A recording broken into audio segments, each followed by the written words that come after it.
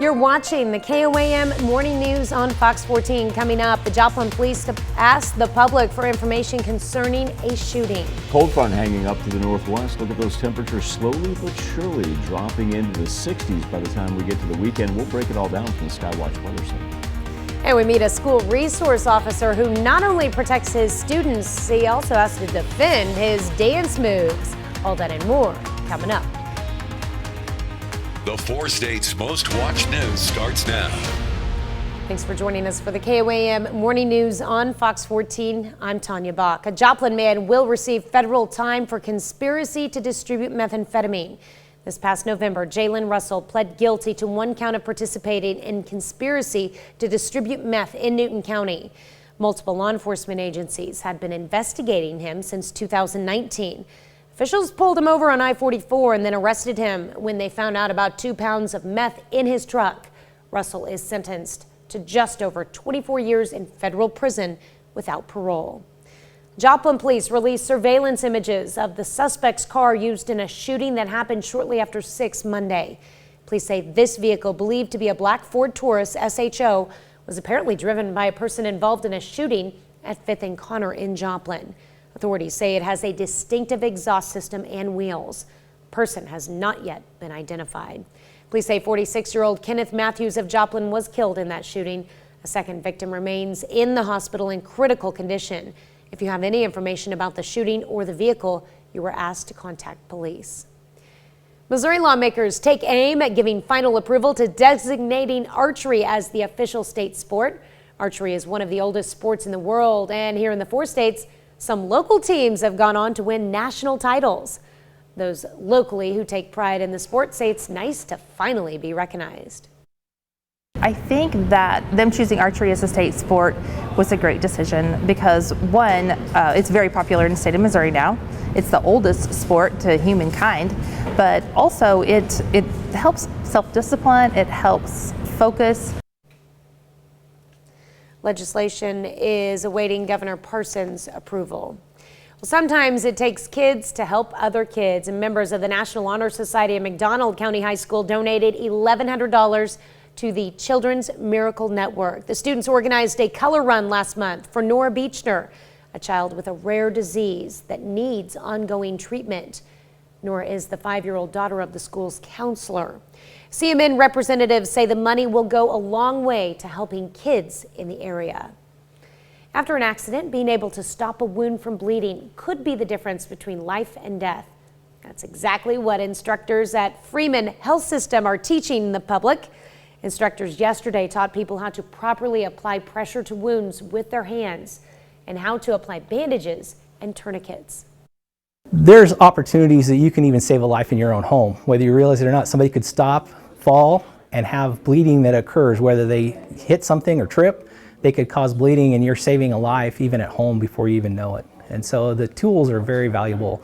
It's a matter of you don't know when you're going to need them, and if you're prepared, you're better off than having the knowledge. Thursday was National Stop the Bleed Day, and May is National Stop the Bleed Month. Mercedes-Benz just made history, confirming Thursday it recently sold the world's most expensive car, the rare 1955 Mercedes-Benz SLR Coupe. It was sold to a private owner for 135 million euros. That's about the equivalent of $142 million. Hagerty, a company that tracks collector car values, says that makes it the priciest set of wheels ever. Previous record was reportedly $70 million. Paid in 2018 for a 1963 Ferrari 250 GTO. It's not even close. Wow. Record-setting Mercedes was sold at an invitation-only auction May 5th. It was one of just 2 of its kind. Claimed to have a top speed of 186 miles per hour. The other one will remain at the Mercedes-Benz Museum. Mercedes says money from the sale will be used to establish the Mercedes-Benz Fund, a global scholarship fund. Pretty cool from what I've read. Like you said, they made 2 of them, and both of them were in the actual Mercedes-Benz private collection. So they had actually never been owned by anybody but the company. Wouldn't you like to take that for a spin? Yeah, so I knew the price tag of the GTO. And GTO just has it's got racing heritage name behind it. And so when I was reading about this story, I was like, I got to check this car out. And when I saw it have the gull wing doors, I was like, I could go for that. I would love to. It's a shame if it doesn't get Absolutely love Just to. a shame. And find a perhaps safe place, a safe raceway to do it, and just see if that thing would actually go 186. Oh, heck yes. You know they got a nice insurance. They've got insurance on this car. I would be curious to It'll know be that if you spent that, after you spend that much money on it, and I would love to know what the person or the people that involved in buying it, are they simply going to display it? I hope Or are you going to take it out and say, what can this baby do? I don't know. Or they're going to call up Michael and Tanya and say, So here's the deal. If you happen you to guys wanna know, ride? or if you, watching right now, if you happen to be the person that bought this car, if you will contact Tanya via Facebook Messenger, I will respond. because she's good at that. I'm not. But if you will do it, we will do the KOAM morning news on Fox 14 live Inside from the your car. car. With the tops up. Then Maybe put the driving. we'll put the tops down, windows down, and then we'll take it for a spin and continue to go. That's right. You want to see good TV? Find us the owner of that car. Tell them we're doing the KOAM morning news on Fox 14 live from that car, On a racetrack. going 186 miles per hour. It's never been done before, folks. You could witness TV history. You could be a part of TV history. Let's take a live look at the glow cloud making its way up throughout the four-state sky. Oh, this is outside of Television City. Look at the American flag right there, just coming in from the south, just about standing straight up, an indicator when you're talking about 20 to 30 mile an hour sustained winds. But the nice thing is, at least it moves in from the south, providing us with wonderful temperatures. We've gusted already up to 45 miles per hour at Joplin Regional Airport. Once again, look at the defining line out by Wichita. I see where that swirl is. That's where that cold front is hanging out. But in the meantime, as long as ours comes in from the south, we do have a wind advisory in effect. But it's going to be way above. As a matter of fact, our pre-sunrise temperatures, get this, our pre-sunrise temperatures were actually above our average high for a normal May the 20th. And here we stand anywhere really 73 to 76 degrees. That is hard to beat this time of the morning. And eventually up into the high 80s. The good thing about this air mass that's moving in, this cold front, number one, we're going to have to tolerate some sporadic rainfall. But after it moves through, it is a dry air mass. And so our humidity is actually going to drop with the cooler temperatures. It's really going to be Saturday night into Sunday where the rain gets a little bit more widespread.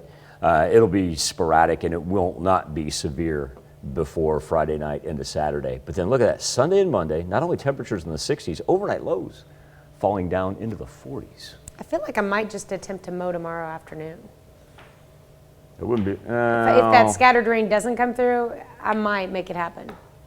Yes. I don't know if I'll have It gets time, a little bit more widespread as we get from Friday into Saturday. Like I said, sporadic, but I would probably knock it out this afternoon. Yeah, that ain't going to happen. So Saturday afternoon sounds like a great plan. Mm-hmm. Yes, I wholeheartedly agree with you. Mm-hmm. Yeah. So when she tells me it ain't going to happen, I'm smart enough just to say, yes, ma'am. When I throw out absolutely. the ain't word, and I fully know that's when I bad go. grammar. That's when I go. You're right, Tanya. Yes. I can wholeheartedly agree with your. It is not going to happen. With the I next know. thing that comes out of your mouth, I wholeheartedly agree with you. Mm-hmm. We all know Michael's not getting his mode either. Mm-hmm. Yes, ma'am. Moving along. Up next, if you want a great cause, you can rock out to. We've got the perfect one for you. John Bartlow from Pittsburgh Rotary is live in studio to tell us about a Rock Out Hunger event. And later, researchers are looking for new ways of preventing infections without the use of antibiotics. You're watching the KOAM Morning News on Fox 14. In Health Watch this morning, preventing infections in hospitals and some progress in reducing cancer deaths. Michael George has a look at some of the day's top health stories. Cancer death rates among Black people in the U.S. are declining, but are still higher than people in other racial and ethnic groups. New data shows between 1999 and 2019, cancer deaths for Blacks decreased 2%. Doctors say the drop can be attributed to more screening, advances in treatments, and declines in cigarette smoking. Researchers at the University of California, Los Angeles are working on a way to prevent infections for patients in hospitals and clinics without using antibiotics. They coat medical devices like stents and pacemakers with a thin layer of polymer coating called zwitterionic. The surface treatments can reduce bacteria and prevent infections. And medicinal cannabis can help cancer patients deal with pain and other symptoms. A new study published in the journal Frontiers finds the use of cannabis not only lowered pain, it also allowed almost half the patients in the study to significantly decrease their use of opioids and other pain meds. That's a look at some of the day's top health stories. Michael George, CBS News, New York. All right, we're getting back behind the wheel for this next story. Sean Connery's personal Aston Martin is for sale. James Bond movies have featured a number of exotic cars, but perhaps the most famous is the 1964 Aston Martin DB5 used in Goldfinger. The car had machine guns, an ejector seat, and an oil slick maker. Now, late in his life, Connery ended up buying the exact model for himself and fixing it up. Wonder if he had the guns installed. Connery's car is now set to be auctioned off and is expected to fetch up to $1.8 million. Connery's family says part of the proceeds will go to charity. The winner of the auction will get a ride with legendary Formula One driver Jackie Stewart. That was a weird. I mean, I guess I would want to be in a car with Jackie Stewart just to hear him talk. Michael's like, no, I want to be the one driving it. Well, no. Yes, this is no offense to, look, we've all had grandparents that drove at one point in time, and you go, okay, maybe it's time. I don't know if I want Jackie Stewart driving. Right. Jackie Stewart can, he can be a passenger. I'd be more than happy. Driving Jackie Stewart would be a great name for a movie that I would play the role of the driver. So you'd rather take a ride in the Mercedes than the Aston Martin?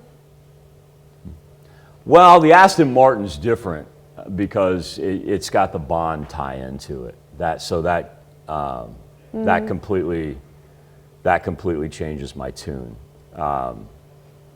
because in Bond Legacy, the Aston Martin replaced the Bentley. Mm-hmm. Not that I'm a Bond geek. It's a pretty car. But this one is Right. Sean Connery's personal Aston Martin. Well, can you imagine if Sean Connery had a Bentley or an Aston Martin and you gave him a choice? Do you know what he'd say? Well, clearly he picked this one because this is the one he bought. You're playing both sides. Be back. John Bartlow's in studio right after this.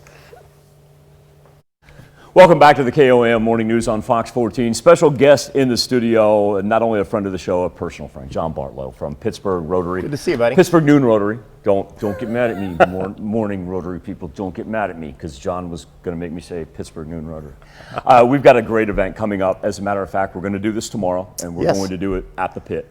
And essentially, this has become Rotary's new focus. Mm-hmm. The focus is always our local focus, right. Yeah. The focus is always service above self. Right. But in the past, 5 to 7 years? I'd say about the past, I lose track with COVID, probably the last 5 to 6 years. I'm with you, yeah. We've really made the Lord's Diner our primary local charity. So let's talk about the Lord's Diner in general because it's such a marvelous concept that was brought to Pittsburgh in particular. Mm-hmm. But how would you explain what the Lord's Diner is to somebody that's maybe not familiar with the concept? I believe the concept is that we want to be able to feed those who are in need of sustenance. And we certainly, one thing that I've heard a lot is it's not a soup kitchen, okay? It's a place point. we want anybody, you or I or our families, to be able to come and have a meal and feel respected and feel like they are part of our community, because they are. And so I think that is definitely the goal. Now, they haven't been serving meals in the Lord's Diner for some time now, but it's one of those kind of, I think, silver linings from COVID. They've been doing takeout meals, and the number of meals that are being served to this community has increased exponentially. And there's also another aspect that I understand from talking to Joe is being ground tested right now. Essentially, a Lord's Diner food truck. Yes. So if you could kind of talk about that, and folks, I want you to imagine. We think about food trucks right now. Some of them are upscale, but what the Lord's Diner, through the help of Pittsburgh Rotary, is doing is we now have a food truck that's serving the underserved. Absolutely. I mean, I think a lot of what we're thinking about is the fact that, you know, some of these folks who need these meals, they don't necessarily have transportation to get to the Lord's Diner. And so I think the idea is, let's bring the food to them where they live, where they are. These folks have enough to worry about, aside from trying to figure out how they're going to make it 3 miles to another end of town to get a meal. And the human dignity that comes into play, and the fact that the way people are treated is something that has just amazed me, and no surprise with Joe Delasega, of course, being the driving force behind that. So let's talk about the event that we have coming up tomorrow, because all of these proceeds are going to benefit the Lord's Diner, as Rotary is going to rock out hunger. So we're going to do this tomorrow at the Pit. That's North Broadway. $10 at the door. Now, I am amazed at the number of musical acts that you have been able to line up. If you could kind of go through. You bet. Because it says something when people are so willing to donate their talent and their time to a worthy cause. Absolutely. I mean, I'll say forever how incredibly lucky we are to have such talented and generous musicians in Southeast Kansas. And so this is a prime example.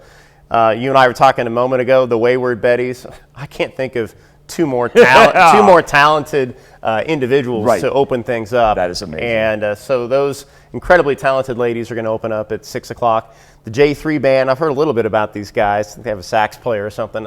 They are we'll get to that. playing it. They're playing it. We'll get to that. They're playing at 7 o'clock. So that's, of course, my band. And so we've got a lot of great music lined up. We're excited to play. 8 o'clock is Stone Country. So the Doolines, Shanna Stone, incredibly talented band, and they do, of course, country, and then, I mean, they can do anything. Stay up late with us. We've got Kim on top that's going to finish it off. Yeah. As well. Hey, I want to ask you a very personal question here, because for those of you that may not be familiar, John is also the brains behind a one-time festival that was called Big Bang Rock Fest. And it started off as John's brainchild and ended up being one of the most successful musical events in the entire 4 states. And the amount of money that it raised was John's idea. What I ask you with your background, why do you do this? This is not easy. This takes time. This takes effort. You have a profession. You have a family. You have a wife. You have children. I know the time and effort you put into this. I ask you, why do you do this? You know, I was telling my 10-year-old the other day. I said, Cole, to those who much is given, much is expected. And so that's something that I often think about. I mean, I have been lucky enough to be able to play with some of the area's most talented musicians through that network of musicians. It's more like a family, really. I've been able to meet so many incredibly talented and generous people. And, you know, those men and women are willing to go out and step up and do whatever is needed. If someone's sick, if there's a cause. So, I mean, obviously, the cause is near and dear to Rotary's heart. It's near and dear to my heart. When you throw in music as a way to not only raise funds for a cause, but a way for people to go out and let their hair down a little bit. I mean, live music makes you feel good. It makes you feel alive. And we've had too little of it the last couple of years, obviously. Yeah, I agree. And so I'm just, I'm tickled to be able to do it. So why do I do it? I think it's a great cause. It's great for this community that I love. And I love music. And I'll tell you, for the musicians who were part of this, we're not only excited to raise money for a great cause, but we're excited to be able to hear our peers. You know, we play our 45-minute set, and then we get to listen to our buddies, because not every Friday or Saturday night are we able to do that. So Okay, so this is why I wanted to tie everything back in. John is not only a great human being and a friend, but he's also one of the most talented musicians that I've met. J3, when are you guys on? we're on at 7 o'clock. All right. We're on at 7 o'clock. 7 o'clock. I want everybody there for the Wayward Betties, because I don't can't believe, anytime you guys see the Wayward Betties or the opening act, I go, what in the world? You guys are going to be on at 7. We're going to roll this at the Pit, 500 block in North Broadway. It's just $10 at the door. Yeah. It's $10, and John and all these marvelous bands are going to perform from essentially it'll be 6 hours of.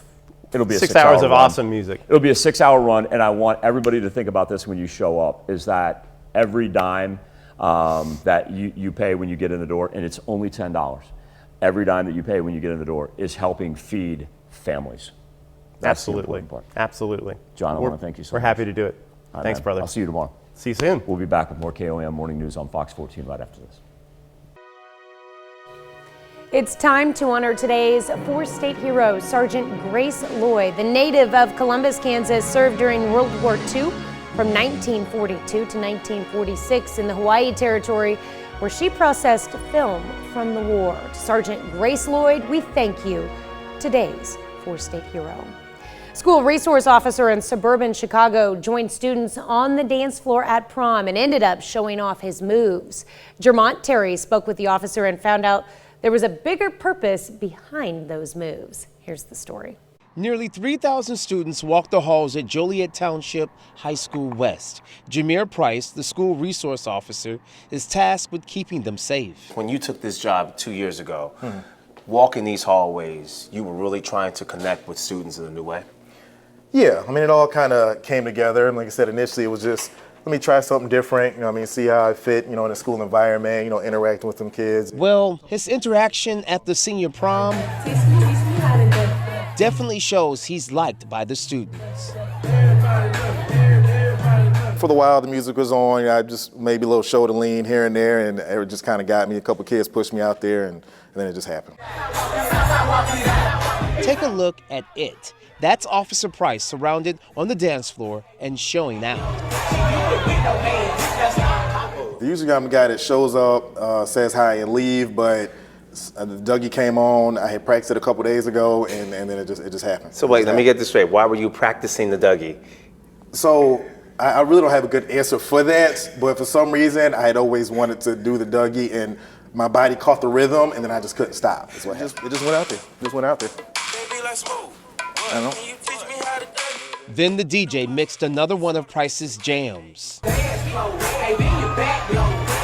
may have encouraged me to stay a little longer because we was lean with it, rocking with it a little bit. With every beat, Price finds himself connecting deeper with the teens. Do you believe this is what true community policing is all about? We have 3 other school officers that do the same thing I do. Yes, they may not have been at prom, during the Soul Train line, but that's kind of what it's about. You build some relationship with these kids. Again, like you said, they're your first interaction sometimes with law enforcement. After the prom, he's now forced to defend his dance title.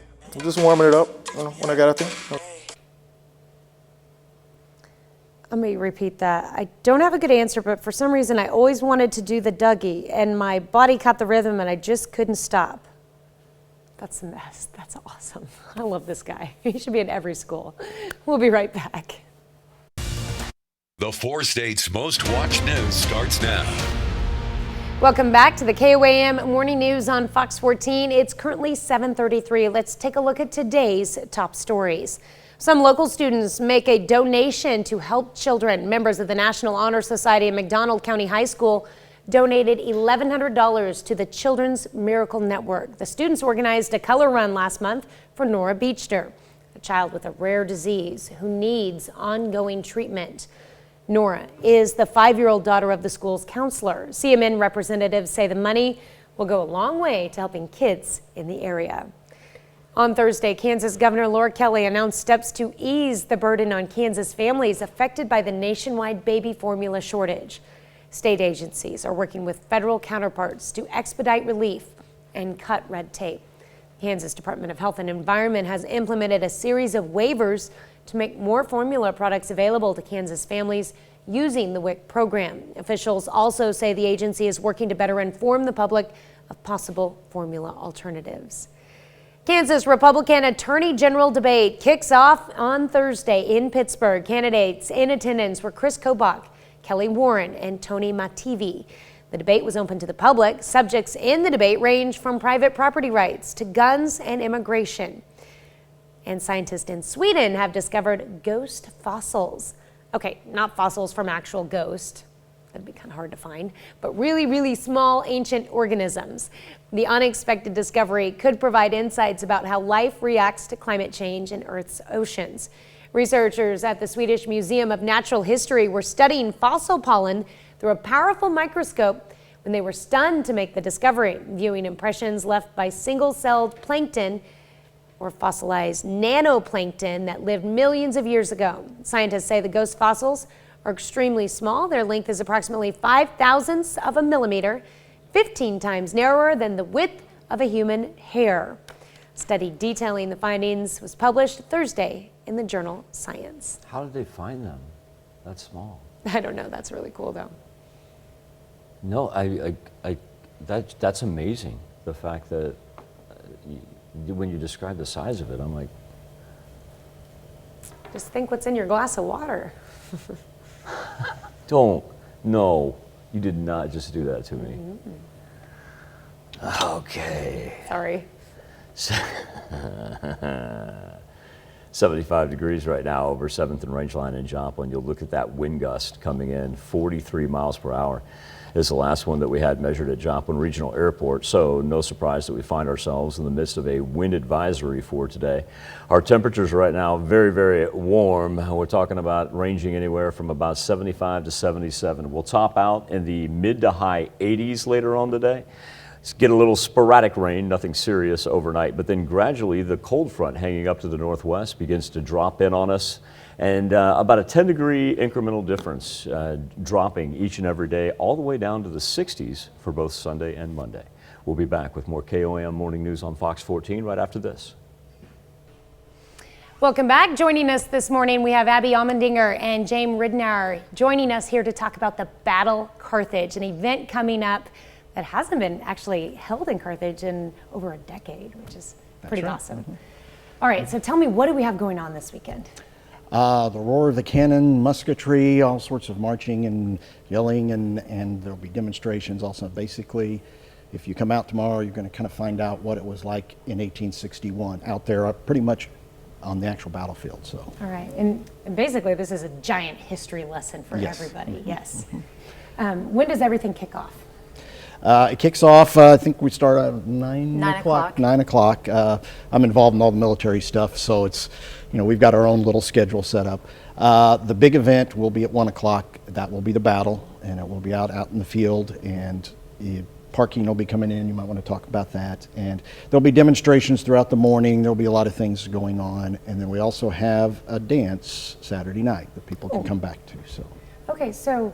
Well, since you brought up the dance, let's talk about this. Is it like a time period setting dance, or? Yeah, it's what we call it, a ball, and there'll be music that will there, and you can learn the dances. There'll be somebody there to show you the dances, and people can watch. And it's a lot for the reenactors, but people can come and watch, and they can probably participate too. That's pretty cool. Talk to me a little bit about the actual battle itself. What does it take to put something like that together? How many people are involved? Obviously, you have costumes. I'm on the logistics side of things for the civilians, so it has been a really big collaborative effort. We've had a lot of people working on this in a committee format for many, many months, and so we're just excited to make history come alive. As you mentioned, we have not had a battle like this before. Since this is the 11th year since we've had one. So, we're just really excited to be able to make history come alive. We're very grateful to the city of Carthage for sponsoring this event, as well as the Army is a big sponsor too. So it's due to their generosity we've been able to put it on. So. Okay. And I can say I've worked on a lot of events like this. This has been one of the best ones I've worked on. These people have been great. The city has been great. Carthage has been wonderful. The Civil War Ranch has been tremendous in helping us get this all set up. So. Okay, so everything's of course located at the Civil War Ranch. The actual battle itself, back in 1861, is this close to where it took place, or? Yep, we're basically right on the edge of the battlefield. I mean, the battle swept right through that area. It started north of town. Throughout the day, they kept pushing and pushing until late afternoon. They got into actual Carthage and fought around the courthouse that was there at the time, and then down the hill towards what is now the state park, the little state park that's down there. That's where it kind of finally dwindled off because it was getting dark, and you didn't really fight after dark. So what happened after the Battle of Carthage? Like, what came about because of this? Why is this battle so significant? Well, what was significant about it is that this was intended to stop the Missouri State Guard, that's us in civilian clothes, from getting into Arkansas and joining the Confederate Army. And the Union tried to block that attempt. And they slowed them down, but really didn't. They still got through. And it was the beginning of, this was actually the first time that these Missouri troops got into a real fight, and they were able to carry the day, and that will lead them to becoming one of the more premier units during the Civil War out in the Western Theater. Okay. So, I mean, there's a lot of significance of this battle out. You think of the 1860s and stuff, and a lot of people don't remember, like, or think about, like, how important it was all the way out here in the Midwest. Oh, yeah. Like, quite a big role. Right. Yeah. We're very excited to have the general public can come out starting at 9 o'clock tomorrow morning. It will run from 9 to 5. There will be demonstrations, a ladies' tea. The actual battle opening ceremonies will start at 12:45, and then the battle will start at 1 o'clock, and then it'll be an hour and a half or 2 hours. I'm not sure exactly how long, and but it'll go till about 5 o'clock, and then on Sunday from 9 to 3, and they'll do another battle reenactment starting at 1 o'clock on Sunday as well. So are there things to do, like, while you're watching the battle? Like, there'll be food vendors there? Food trucks, several vendors, different nonprofits, lots of different activities for people to see. Again, the tea is at 10:30, I think, and then the ball is around 7 o'clock. So there's quite a few things for people to do throughout the day, and of course, the big thing, of course, is the battle. Okay, sounds like a lot of excitement. Hopefully, can we expect anything different to happen in the battle on Sunday than from Saturday? Or hopefully it'll have the they'll same be more outcome. tired Sunday. We're pretty much the same scenario. We're going to we're kind of doing some things that you might not have seen before in the reenactments around here. So we'll see how that all goes. Right. Well, I'm excited to see how this all plays out. It'll be The fun. demonstrations will be great, and of course, the firing of the cannons will be very exciting, and there will be horses, cavalry, and artillery, and the infantry, all of those things. Words I've just learned, so. Well, and I don't remember if you said it or not, but you said something about a church service also on Sunday as well. Yes, at 10 o'clock there is a church service. It is open to the public, so people can come out and have an open air church service as well. All right, sounds like a lot of fun and really cool time era stuff that you're going to be doing. Yeah. Oh yeah. There'll be plenty of things for people to be involved with. So. Where can people find more information about this? You can go to the Facebook page at Battle of Carthage. Facebook page is probably the best place, and then of course the website online is battleofcarthage.org as well. So that has all of the information, all of the updated information about all of the activities. All right, sounds awesome. We're very excited. We hope it's going to be a great event, and hopefully the weather holds off for tomorrow, but Sunday should be beautiful. Yeah. Yes, definitely. All right, well, thank you guys so much for coming on, and I hope you have a wonderful weekend. Right. Thank you for having us. We'll be right back. Twitter will now apply warning labels to tweets that outside experts have identified as misinformation. The social media company announcing the new crisis misinformation policy on Thursday. It said it's an effort to slow the spread of viral false reports during natural disasters, armed conflict, and public health emergencies. Twitter said special attention will be given to government-affiliated or state-run media accounts making such claims. Policy is being applied first to the war in Ukraine and armed conflict in general.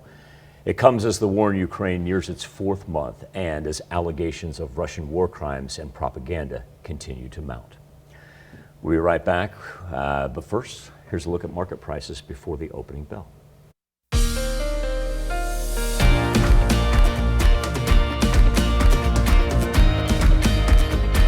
New game out today for Apple Arcade devices. You can race go-karts and do so as Hank Hill, American Dad, even Peter Griffin. Our man Rick Demigella takes us behind the wheel.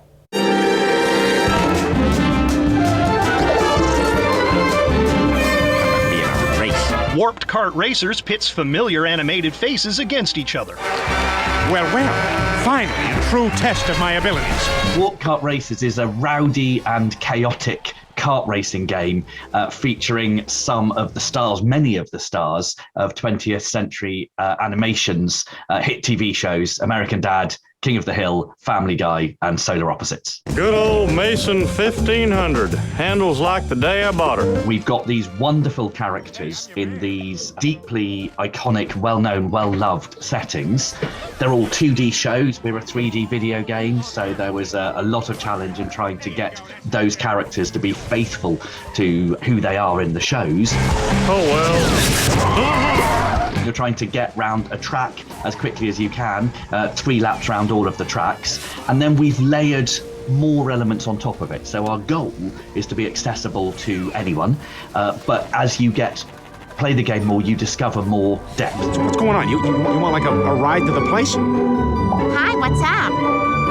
What's going on? The game's voices will be very familiar to fans. It's all from the show. So we have 7,500 voice lines. We had an audio intern whose job was to watch all the TV shows and draw out lines which we could sensibly reuse. Get out of here. Who did this? Leveling Up in Hollywood, I'm Rick Damigella.